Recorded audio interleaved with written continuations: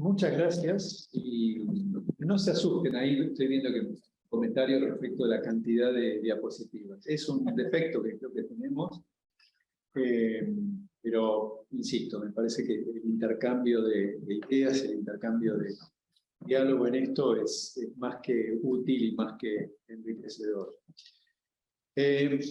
Claramente el cambio climático es una de las agendas que hoy está en la... Pasemos otra más. Está en la agenda pública, todo el mundo está hablando de esta cuestión, como decías antes, por las razones diferentes que hay en esto, ¿no? Es decir, se mezcla la política, se mezcla la ética, se mezclan los valores, y vemos, una más, por favor, unas frases que vemos, y esto es un paneo de lo que está diciendo, digamos, sectores de la academia, pensadores, de distintas premios Nobel, economistas. Fíjense lo que dijo Stephen Hawking, un gran científico fallecido ya, ¿no? Pero un tipo visionario. Le hemos presentado a nuestro planeta el regalo desastroso del cambio climático. Otros, un historiador israelí que, digamos, moviliza bastante opiniones y es un análisis que hace respecto de que cada vez más políticos reconocen la realidad del calentamiento y la magnitud del problema. Sin embargo, este reconocimiento no ha cambiado nuestro comportamiento de manera significativa. Me parece que esto está, es decir, estamos todos declamando, pero cuando día a día vemos aumentos de temperatura y los efectos concretos, los dos hablaron antes de la mitigación y la adaptación, y creo que estos son dos conceptos absolutamente centrales, junto con la resiliencia y la ponderación del riesgo. Y esto es transversal, esto es claramente transversal. Vemos los incendios forestales, que esto está en la agenda pública, está en la agenda pública ambiental, agropecuaria, forestal, pero también tiene implicancias respecto del agua y respecto de cómo manejamos el agua. Siempre recordemos, la Argentina es un país con 2/3 partes de su territorio sujeto a algún nivel de estrés hídrico. Por sequía, por falta o escasez de agua, no es el área, digamos, del litoral donde el agua parece un bien que no lo tenemos internalizado, lo damos por hecho. Somos un país sujeto claramente a los riesgos climáticos. Economistas, si cambiamos el clima aumentando la concentración de gases de efecto invernadero, como hemos hecho a lo largo de los últimos 200 años, podemos comprometer el bienestar de nuestros hijos y nietos. Stiglitz, un premio Nobel de Economía y bastante afín, ¿no? a la Argentina. Jeffrey Sachs, otro tanto. William Norton, todos premios Nobel de Economía que están haciendo esta llamada de atención respecto de esta cuestión. Y termino con la expresión del Papa Francisco en el Laudato Si, que creo que es un gran cambio en este sentido respecto de la importancia que tiene la política ambiental en los credos y en las religiones hoy en día, algo inimaginable en el pasado. Estos son algunos gráficos, los voy a pasar muy rápido, respecto de los incrementos. Estos son datos históricos que coinciden con la revolución industrial y este gran crecimiento de los gases de efecto invernadero, y desde el momento que se empieza a medir esto y tomamos conciencia. Algo que a veces en diálogo con escépticos climáticos que te plantean, y es real.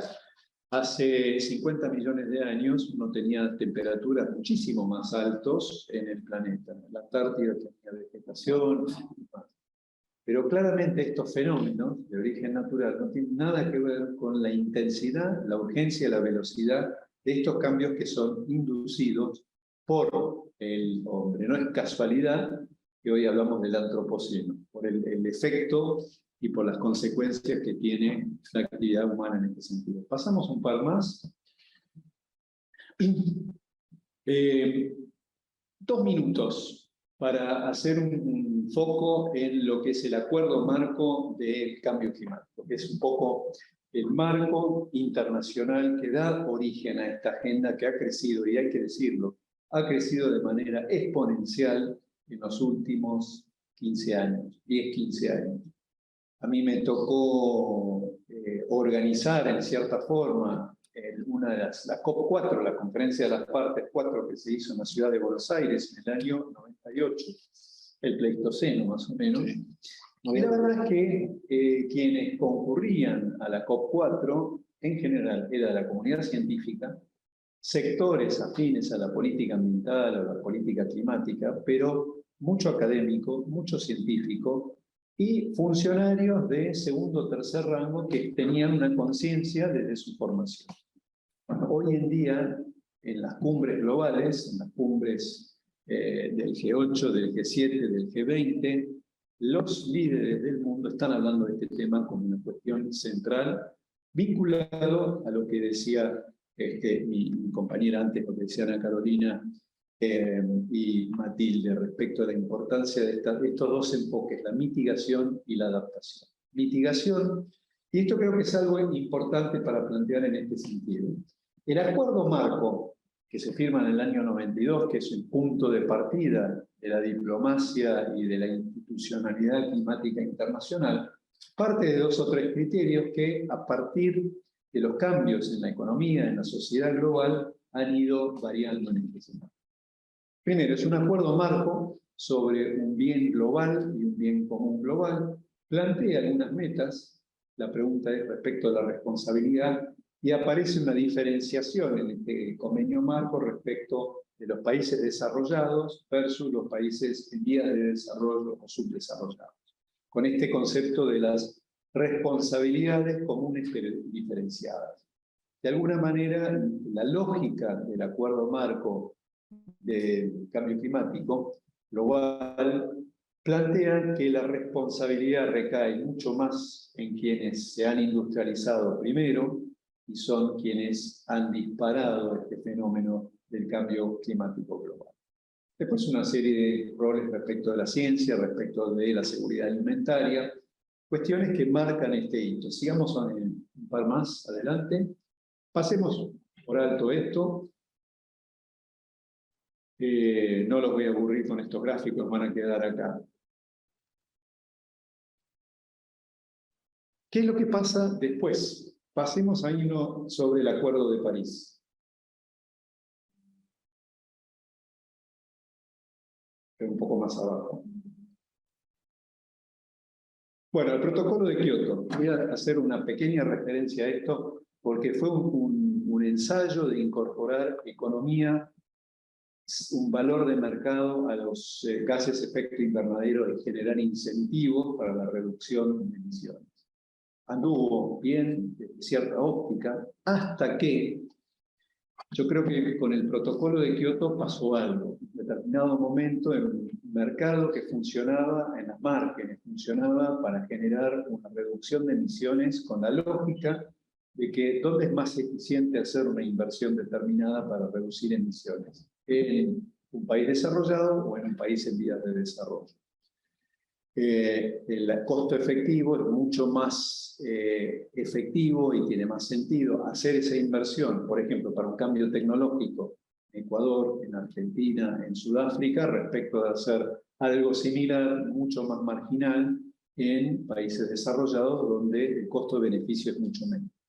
Todo parecía fantástico, hasta que en algún punto, y esto es lo que cambia después con París, en algún punto, y este es el cambio importante de los últimos 20 años, el crecimiento de las economías en vías de desarrollo, pensando en lo que son países como China, países como India, otros países emergentes, aparecía el cuestionamiento de si tiene sentido resolvemos el problema global haciendo un proyecto marginal y monetizando una inversión en mayor eficiencia, cuando a lo mejor estos países, fuertes consumidores de carbón, están construyendo por año 3 o 4 centrales a carbón.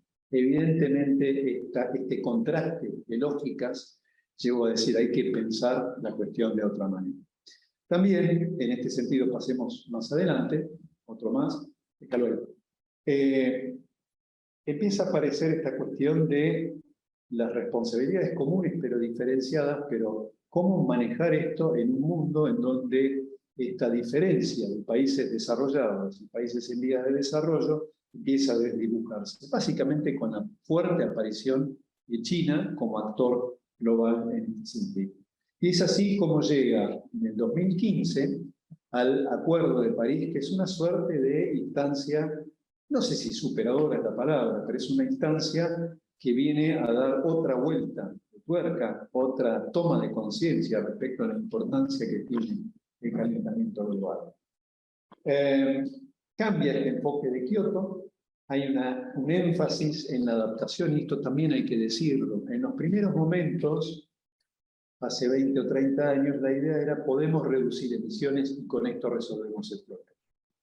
A medida que pasa el tiempo, y esta es la preocupación que está hoy en el mundo, esa lógica de reducir emisiones cambia radicalmente y cambia hacia un enfoque de decir, a ver, ¿cómo acotamos el incremento de la temperatura global a algo que sea manejable, entre comillas, algo que sea, de alguna manera, podamos adaptar la vida nuestra y la sociedad a estos cambios? Y es ahí donde surge esta meta en París de que el aumento de la temperatura global promedio no exceda los 2 grados, y preferentemente el 1,5 grados para fines del siglo XXI. Cambio diametral respecto de la lógica del acuerdo original y del protocolo de Kioto. En función del Acuerdo de París, y esto es aquí donde aparece la cuestión de la transversalidad y las distintas acciones y la necesidad de adoptar políticas en este sentido, aparecen las metas que asumen los países en el contexto global de llegar a la neutralidad de carbono para el 2050. Y esto es muy en línea con la huella hídrica, con la huella de carbono, es que seamos neutrales, es decir, que la cantidad de emisiones se compensen con el secuestro de gases de efecto invernadero para el año 2050. La verdad, en función de esto también cada país, y esto es un cambio en ese sentido, respetando las responsabilidades comunes pero diferenciadas, cada país hace un compromiso de reducción de emisiones, las contribuciones nacionales determinadas, o las NDC por la sigla en inglés, que se van revisando cada 5 años. A diferencia de Kioto, hay un énfasis en los sumideros y en los depósitos de carbono, en lo que son la captura o el almacenamiento del carbono. Y acá se abre en lo que es la forestación, por ejemplo, y cómo generar sumideros de carbono en ese sentido, pero también hay unos componentes tecnológicos interesantes. Hacemos un poco más adelante. Vamos ahí los objetivos del desarrollo sostenible. Un poquito tapado. Pero fíjense la transversalidad con los ODS que tiene el cambio climático, porque se cruza con equidad, se cruza con energía, se cruza con innovación, se cruza con desarrollo de mecanismos institucionales, con los objetivos de la paz. La política, el objetivo 14, por ejemplo, de los ODS, vinculado a los océanos y a la salud de los mares, por ejemplo, está muy vinculado a algo que empieza a cobrar cada vez más fuerza en el debate y en la discusión internacional, por ejemplo, respecto del rol que tienen los océanos como sumideros de carbono y sumideros de gases de efecto invernadero. Y no es casual que Naciones Unidas, UICN, otros organismos están seriamente considerando fortalecer las políticas de conservación en áreas marinas. Bueno, ¿qué ha hecho nuestro país? Pasamos un poco más. Estas son las contribuciones nacionales de la Argentina. Pasamos uno más. Deja esto acá. ¿Qué ha hecho nuestro país en materia de cambio climático? En el 2017 se sanciona una ley de presupuestos mínimos, la ley 27520, más allá de aprobar y ratificar el protocolo de Kioto. Es una ley de mitigación y adaptación al cambio climático. Establece los presupuestos mínimos en este sentido. Establece un gabinete nacional de cambio climático, porque creo que esto es algo central a tener presente. Las acciones climáticas son, por definición, transversales y horizontales. Alguien habló de la integración de saberes. Yo creo que esto es una expresión muy positiva y muy feliz en este sentido. Es economía, es ingeniería, es institucionalidad, son ciencias duras, también son ciencias blandas. De hecho, la Argentina ha desarrollado un Plan Nacional de Adaptación y Mitigación al Cambio Climático. La primera versión es del 2019, está en revisión en este momento, con una serie de acciones vinculadas al agro. Ana Carolina mencionaba la importancia del agro en lo que es el perfil del país como productor de alimentos. La energía, que es una gran agenda, abre una serie de interrogantes ahí respecto de cuál es la matriz energética, algunos de los gráficos que no llegamos a ver, pero ilustran un poco este desafío de cómo descarbonizar nuestra matriz energética. El sector infraestructura y transporte, que también tiene un enorme desafío en este contexto. Y respecto del agua, respecto del saneamiento, hay un eje del Plan Nacional de Adaptación y Mitigación al Cambio Climático que tiene que ver con ciudades resilientes e infraestructura. Y es aquí donde hay un enorme potencial para empezar a trabajar esta agenda. Desde el agua y el saneamiento, con los ejemplos que dieron, yo tuve la ocasión y la posibilidad de compartir algunos paneles hace poco, viendo lo que están haciendo empresas de saneamiento en distintas partes del mundo para llegar a esta neutralidad de carbono, por ejemplo, utilizando los lodos de planta de tratamiento para generación de biogás y llegar a una neutralidad de carbono en su desempeño. Países tan disímiles como Ecuador, Dinamarca, Brasil se está trabajando en esto, es algo que se viene en distintos ámbitos. Pero también, y esto tomo las expresiones, las referencias de Ana Carolina respecto de la gestión integral de recursos hídricos. La verdad, un gran tema que nos debemos los argentinos, empezar a incorporar esta idea de manejo del agua por cuenca. Y aquí aparecen las soluciones basadas en la naturaleza, el secuestro, la retención de excedentes hídricos, que fíjense cómo esto es un manejo más sostenible del agua urbana, por ejemplo lo que es fluviales, reutilización del agua, planificación territorial, otra gran agenda pendiente en este sentido, mejorar los programas de riego. Las soluciones basadas en la naturaleza son un gran eje de trabajo en este sentido. Y ahí hay una enorme tarea pendiente. Bueno, para ir cerrando, la agenda que se viene en este sentido. Huella de carbono, huella hídrica, ya lo hemos visto. Este concepto de carbono cero, neto cero. Emisiones negativas, que es algo que se empieza a hablar ahora de cómo poder generar o poder las emisiones, no solamente secuestrarlas, capturarlas, sino por los cambios en la fuente energética o en los procesos, ir en este marco para ir reduciendo emisiones y llegar a la negatividad de carbono. Se habla mucho del hidrógeno verde en este contexto, no voy a entrar en eso, pero hay un abanico de oportunidades que se abran en este sentido. Vinculado a las oportunidades, porque uno en esto siempre está la tentación de hablar de los costos y la imposibilidad de hacer frente a esto. El mundo hoy está viendo en esta transición cómo ir hacia una economía verde en donde esto sea generador de trabajo y oportunidades. Descarbonización y evitar los puntos de no retorno. Hay una gran preocupación en este sentido, no juguemos con fuego en este sentido. La ventana para hacer acciones se va cerrando, no hay que dejar pasar esto. Y termino una referencia, por ejemplo, a lo que es finanzas verdes y los impactos en las inversiones. Esto se discutió hace poco. Hay un compromiso asumido en París de la comunidad internacional de destinar $100.000 millones anuales para el financiamiento de acciones climáticas en países en vías de desarrollo a través del Fondo Verde del Clima u otros mecanismos. Aquí hay un enorme desafío colectivo para ir pensando la economía, las finanzas en este giro, en esta transición hacia una economía más sostenible y una transición energética que además se ajuste y equitativa. Bueno, con eso termino.